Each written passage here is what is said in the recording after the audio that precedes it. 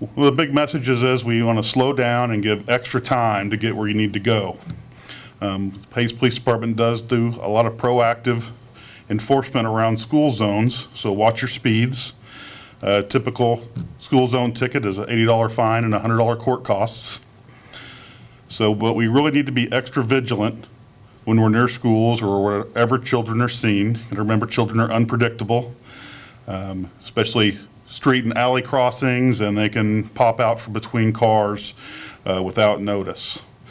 So I want to talk about school buses a little bit. Whenever you see a school bus, be on the lookout for children. And a reminder that if you see red lights flashing on a school bus, you must stop. And that goes for traffic in both directions, either meeting or overtaking the bus.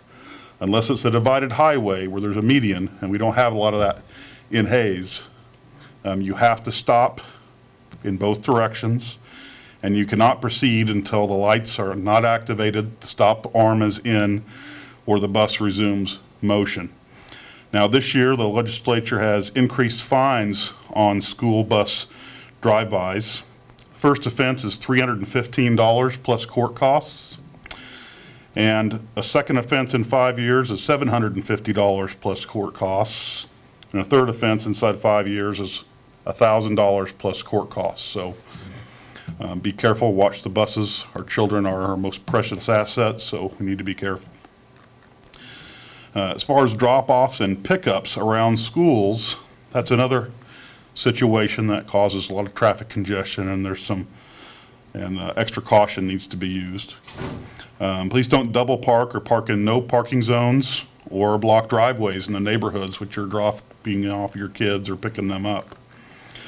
Avoid stopping in the street, especially across the street from the school. Don't make your children cross lanes of traffic to get to the school. It's especially dangerous. If you can't drop them off in the school's parking area, it's a good idea to drop them off curbside and have them use crosswalks to get to the school, which usually have crossing guards at them. If you're at the schools, remember that school security is important. You should only enter through the main doors of the building and check in with the office if you're visiting the school. If your children are walking or biking to school, it's a good idea to go over the expected route and have them walk or ride the same route every day and not take shortcuts. You need to teach them about traffic safety, looking both ways before crossing the street, of course, understanding traffic signs and signals, and especially watching alleys and driveway accesses for cars approaching. This is especially true for bicycles. For bike safety, they always have them wear a helmet, and kids tend to ride fast down the sidewalks and cross alleys and streets at high speeds, which is very dangerous. So again, watch those alleys and driveway accesses. We need to teach our children about not talking to strangers and never accepting rides with somebody they don't know or without your permission. And they should report any strange person who approaches them or offers a ride or candy or anything like that. If possible, we could exercise safety in numbers, walk to school with a friend.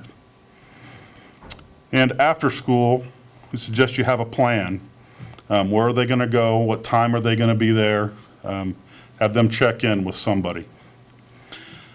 Kind of in conclusion, we all have very busy lives, and we often have a lot of things on our mind while we're driving. But there is going to be a lot of increased activity this year, and tragedy can occur in an instant. So have a plan, educate your children, give yourself extra time, and don't rush if you're running late.